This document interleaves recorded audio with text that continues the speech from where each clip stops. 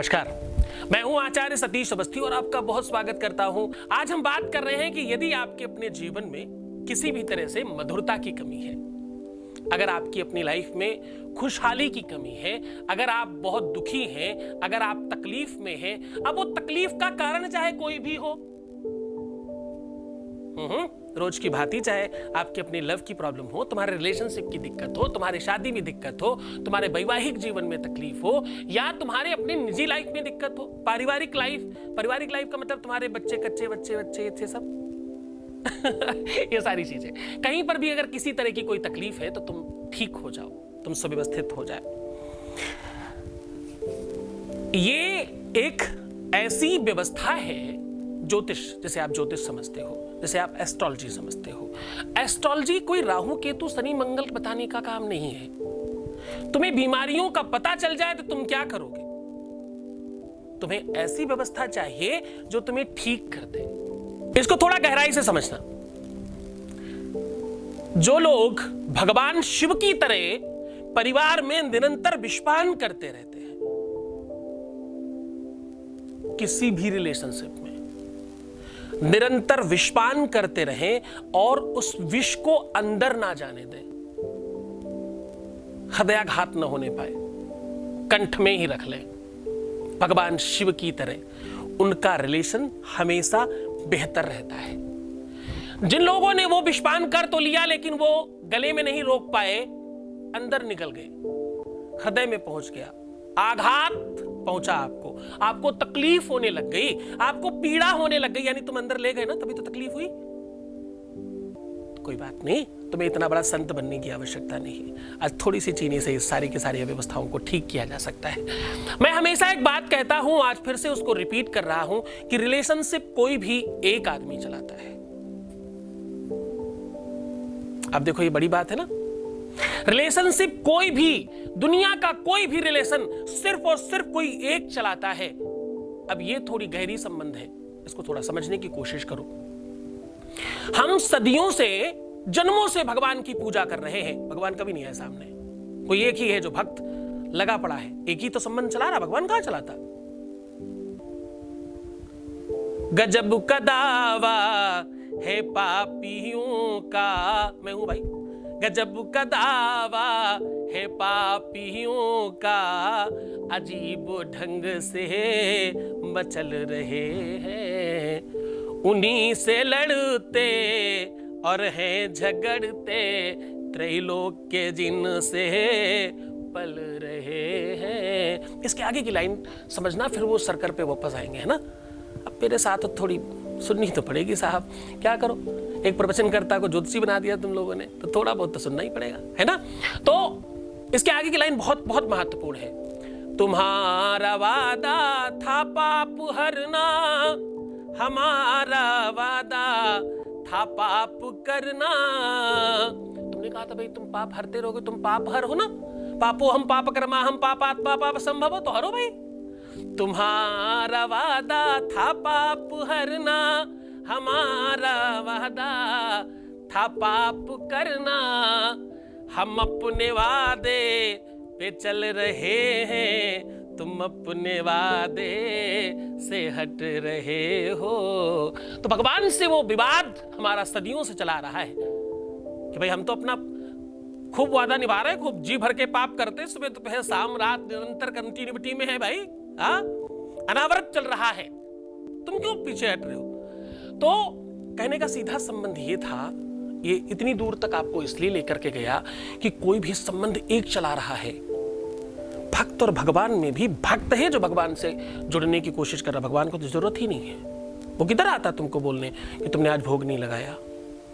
वो कभी आया कि तुमने आज आरती नहीं की भाई, और भाई तुमने एकादशी को चावल क्यों बना लिए? ऐसा कभी नहीं कहा उन्होंने। हम कर रहे हैं उनकी तरफ से सब कुछ, हम इधर भी हैं हम उधर भी हैं, दोनों तरफ हम ही हैं। अब सामान्यतः जब किसी बच्चे को माँ बाप पाल रहा होता है तो माँ बाप पाल रहा होता, बच्चा नहीं पाल रहा होता है, और जैसे ही वो बड़ा होता है वैसे ही वो अपने बच्चों को पालने लगता है, पीछे नहीं, माँ बाप को नहीं पालता।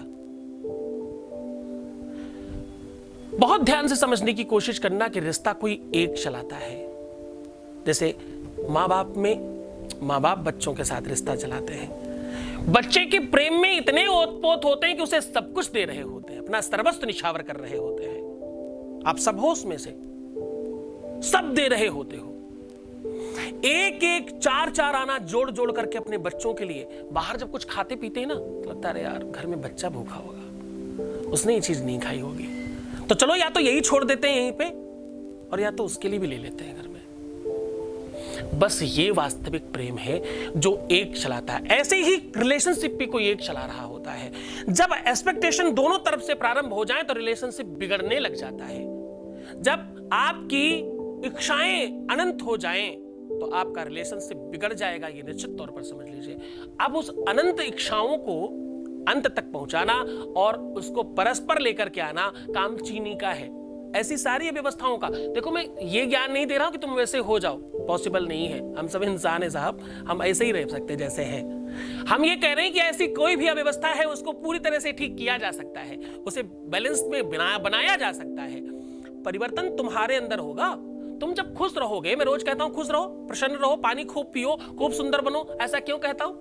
ऐसा करने से तुम्हारे जीवन में आनंद बढ़ेगा। और आनंद कौन है? स्वयं भगवान। जो आनंद सिंधु सुख राशि, जो भगवान है उसका नाम आनंद है। नंद घर आनंद भय जय कन्हैया लाल की। भगवान कोई पैदा नहीं हुआ, बोले नंद के घर आनंद भय, आनंद पैदा हुए। आनंद मतलब भगवान। तो जैसे ही भगवान तुम्हारे जीवन में पैदा हो जाएंगे वैसे तुम्हें सुख मिलना प्रारंभ हो जाएगा। अब वो आनंद कैसे पैदा होगा? चीनी से। आज हम चीनी का उपाय बता रहे हैं। करना सिर्फ इतना है कि अपनी ही हाथ से एक मुट्ठी चीनी लेनी है और इसे किसी भी पात्र में रख ले। एक मुट्ठी चीनी ले, किसी भी पात्र में रख ले, और यदि आप किसी को अपना बनाना चाहते हैं, किसी को अपनी तरफ लाना चाहते हैं, किसी को अपने हिसाब से चलाना चाहते हैं, आप चाहते हैं कि ये रिलेशन वो सही से मेंटेन करे, तो पहला उपाय कैसे करें इसको? इस चीनी में आपको अपनी रिंग फिंगर और अंगूठा दोनों अंदर डुबा देना है। जितनी भी चीनी आपने ली है ना, उसी को एक जगह ढेर लगा के उसमें इस दोनों को डुबा देना है। ओम शम शर्कराय नमः। शर्कराय नमः मतलब है शर्कर में शंकर को जागृत कर रहे हो। कंकड़ कड़कड़ में शंकर है। ओम शम शर्कराय नमः ऐसा कह के 5 से 7 बार बोलिएगा और अपनी उंगलियों में वाइब्रेशन फील कीजिएगा, ये जागृत हो जाएगी। जिसको भी इसे खिलाओगे चाय वाय में करके, वो तुम्हारे अनुकूल बनना प्रारंभ हो जाएगा। और कोशिश करना इसको सात्विकता से सही जगह इस्तेमाल करें। बुरी जगह इस्तेमाल किया हुआ हमारा कोई भी उपाय काम नहीं करता। गलत जगह इस्तेमाल नहीं करोगे तुम, बहुत अच्छे बच्चे हो।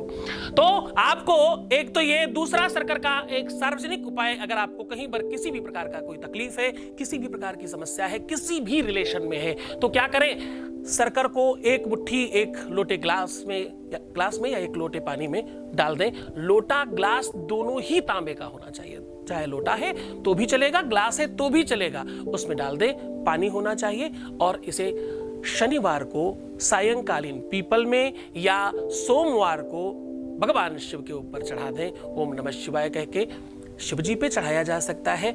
ओम शम शनिश्चराय नमः कह के पीपल पर चढ़ाया जा सकता है। ऐसा करने से आपका कोई भी रिलेशन ठीक हो जाएगा। हर रिलेशन में मधुरता बढ़ेगी, आपके जीवन में सौहार्द बढ़ेगा और प्रेम की अद्भुत वृद्धि होगी। आप आनंदित रहें, खुशहाल रहें, प्रसन्न रहें। भगवान शिव आपके जीवन में खूब मधुरता, खूब प्रसन्नता, खूब आनंद बढ़ाए। ध्यान रखना अपना, खुश रहना है तुम्हें, खूब पानी पीना है, अपने को सुंदर बनाइएगा। ओम नमः शिवाय।